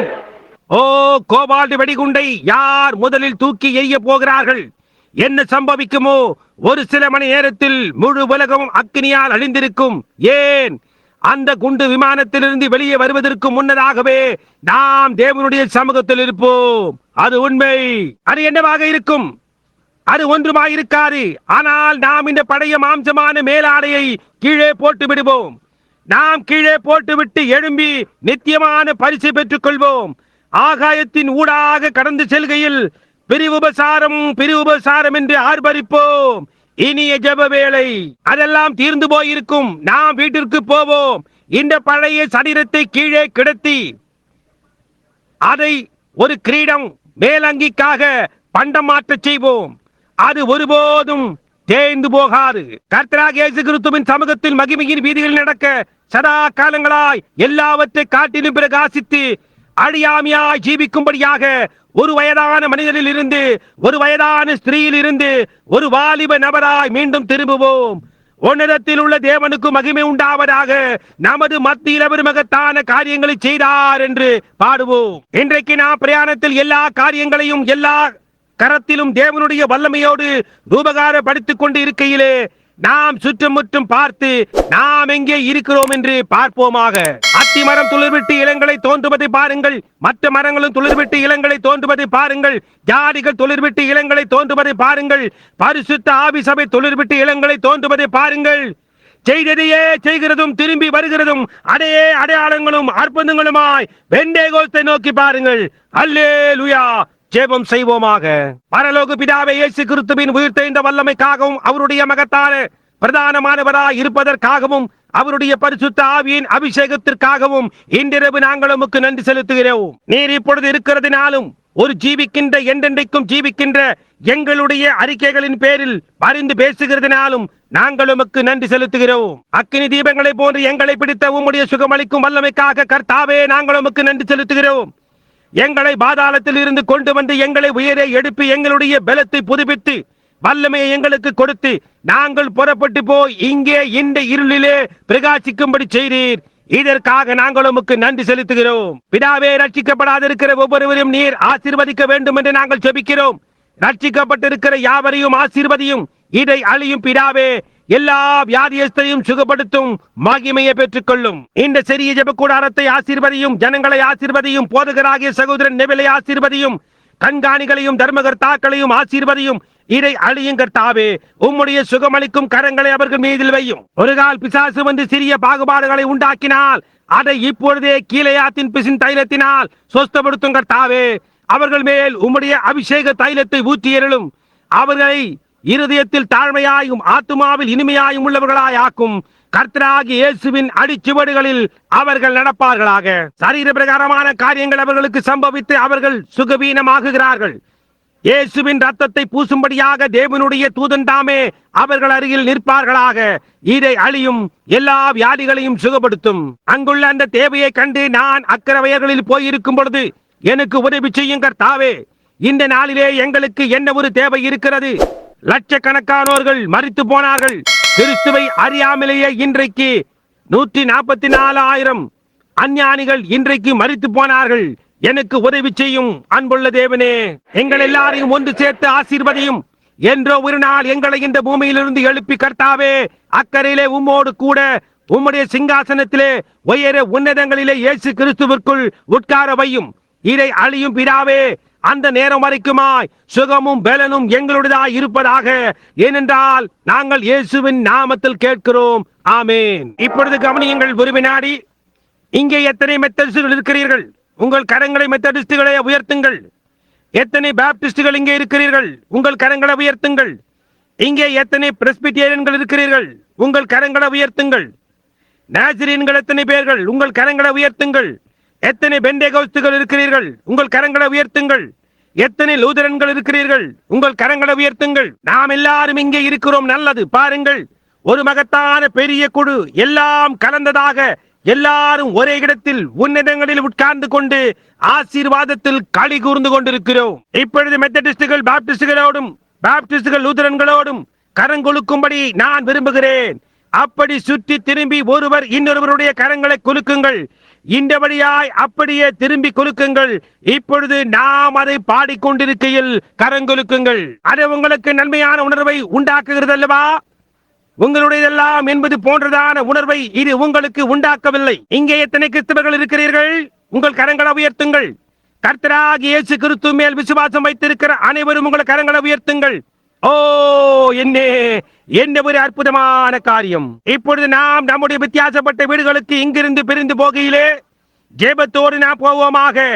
இப்பொழுது நாம் நம்முடைய பழைய கலைந்து போகும் பாட்டை பாடுவோமாக. எத்தனை பேர்களுக்கு அது தெரியும்? உங்களோடு இயேசுவின் நாமத்தை கொண்டு செல்லுங்கள் என்ற பாட்டு எல்லாருமாக சேர்ந்து இப்பொழுது பாடுவோமாக. நீங்கள் என்ன செய்ய வேண்டும் என்று நான் விரும்புகிறது இதோ இருக்கிறது.